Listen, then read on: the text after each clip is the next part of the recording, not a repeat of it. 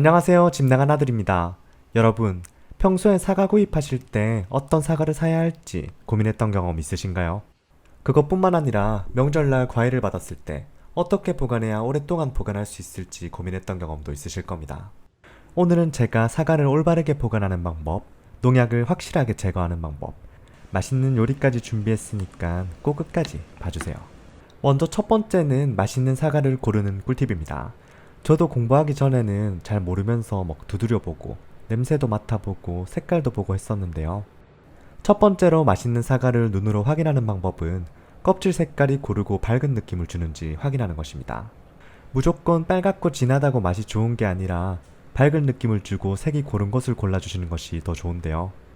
너무 익은 과숫가는 색이 어둡고 광택이 없다고 하니 눈으로 볼 때 확인해 주시면 좋을 것 같아요. 두 번째는 과실의 꼭지를 확인하는 것입니다. 과실 꼭지 상태는 푸른색이 돌고 물기가 있어 보이는 것이 좋다고 하는데요. 푸른색이 돌고 신선한 꼭지는 수확 후 며칠 되지 않은 증거라고 하니 참고해 주시면 좋을 것 같습니다. 꼭지가 시들거나 가늘며 잘 부러지는 것은 묵은 과일 확률이 높다고 하는데요. 구입하실 때 색도 잘 보고 꼭지도 잘 보고 구입하시면 더 맛있는 사과 드실 수 있을 거예요. 세 번째는 과일을 두드려보고 확인하는 것입니다. 무작정 두드렸다가 사장님한테 혼날 수도 있기 때문에 한번 물어보고 하는 게 좋은데요. 가볍게 두드렸을 때 탄력감이 들면 수확 후 수분의 소모가 적다는 것을 나타낸다고 합니다. 눈으로 다 검사를 했다면 냄새도 한번 확인해 봐야겠죠? 사과 한 개 사면서 너무 궁상이다 싶을 수도 있겠지만 실제로 해보시면 몇 초 안 걸릴 겁니다. 사과 냄새는 너무 진한 것보다 은은하게 풍겨오는 것이 더 좋다고 하는데요.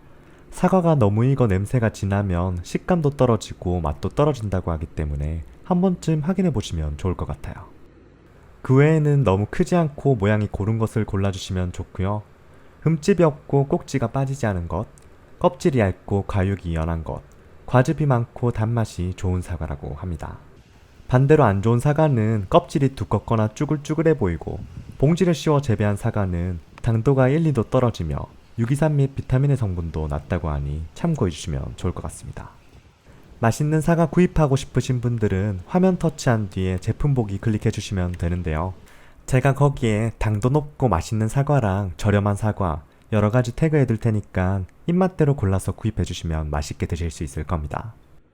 두 번째는 명절날 받은 사과를 올바르게 보관할 수 있는 꿀팁입니다.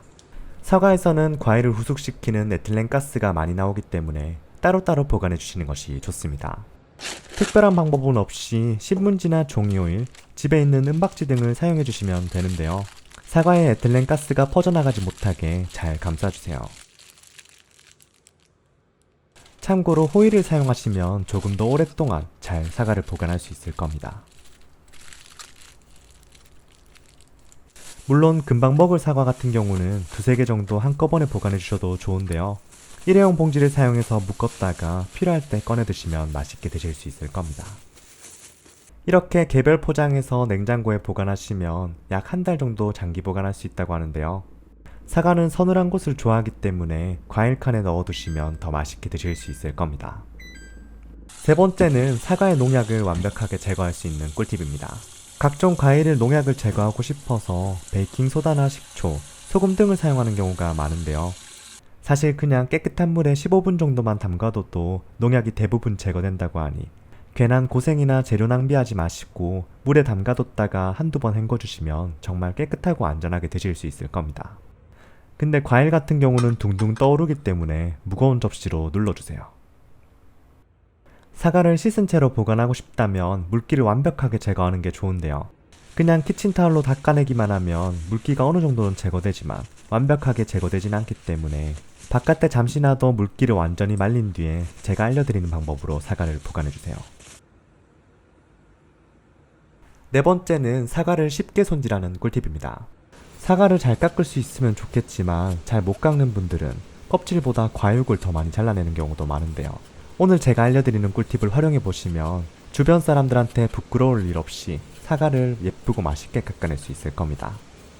먼저 깨끗하게 씻은 사과를 화면처럼 3등분으로 잘라주세요.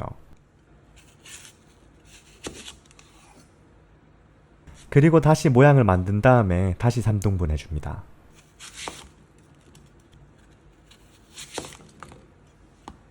중간에 남은 아까운 살들은 칼로 잘라낸 뒤에 입속에 넣어주세요. 그리고 나서 적당한 그릇에 담아주시면 되는데요. 사과를 잘 못 깎아도 정말 예쁘게 담아서 맛있게 먹을 수 있는 꿀팁입니다. 특히나 과일 포크나 이쑤시개 같은 거 꽂아서 주시면 더 예뻐질 거예요. 이번에는 사과가 갈변되는 것을 막는 꿀팁입니다. 보세요. 방금 썰었는데도 사과가 금방 색이 변해버렸죠. 한 가지 작업만 추가해주면 이렇게 갈변되는 것을 늦춰줄 수 있는데요. 사과는 산소와 만나면서 갈변이 시작되기 때문에 갈변을 막으려면 산화 반응을 늦춰야 합니다. 첫 번째로 산화 반응을 늦추는 방법은 바로 소금입니다. 특별할 것 없이 소금물에 사과를 살짝 담가주시면 되는데요. 소금의 짠맛이 걱정된다고 하시는 분들은 소금 대신 설탕을 사용해 주셔도 같은 효과를 볼 수 있을 겁니다. 소금 설탕이 없다면 레몬즙이나 레몬수를 조금 뿌려주셔도 좋은데요. 레몬에는 비타민C가 많이 함유되어 있기 때문에 과일의 산화를 막아주는데 큰 도움을 준다고 합니다. 마지막은 초간단 사과 요리입니다. 요리를 처음 하시는 분들도 진짜 쉽게 만들 수 있을 거예요. 먼저 사과를 반으로 가른 뒤에 씨를 제거해주세요. 사과 씨는 맛도 없지만 미량의 독성이 있기 때문에 꼭 제거해주시는 것이 좋습니다. 사과 반쪽은 화면처럼 슬라이스로 잘라주시고요. 나머지 반쪽은 화면처럼 잘게 잘라줍니다. 그냥 갈아주셔도 큰 상관은 없어요. 적당한 냄비에 핫케이크 가루와 물을 부어주시고요. 반죽을 만들고 나서 다져둔 사과도 넣어줍니다. 그리고 나서 한 번 더 훅훅 저어주세요. 재료 준비가 끝났으면 밥솥에 식용유나 버터를 발라주시고요. 슬라이스한 사과를 예쁘게 올려주세요.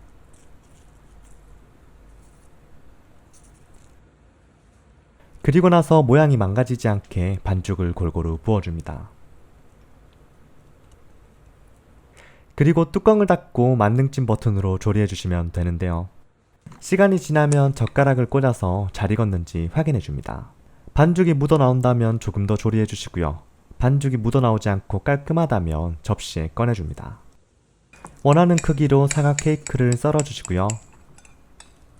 취향껏 커피나 우유랑 드시거나 슈가 파우더 같은 거 뿌려주시면 더욱더 예쁘고 맛있게 드실 수 있을 겁니다. 사과는 비타민C가 풍부할 뿐만 아니라 껍질째 먹으면 변비 예방에 도움이 되며 칼륨이 함유되어 불필요한 나트륨을 배출시켜 혈압도 낮춰준다고 하는데요. 이왕 구입해서 먹는 사과 알고 구입한다면 생활에 도움될 테니 여러분들도 꼭 한번 활용해보세요. 오늘은 맛있는 사과 고르는 방법, 사과의 효능, 사과를 올바르게 보관하는 방법, 맛있는 요리까지 알아봤는데요.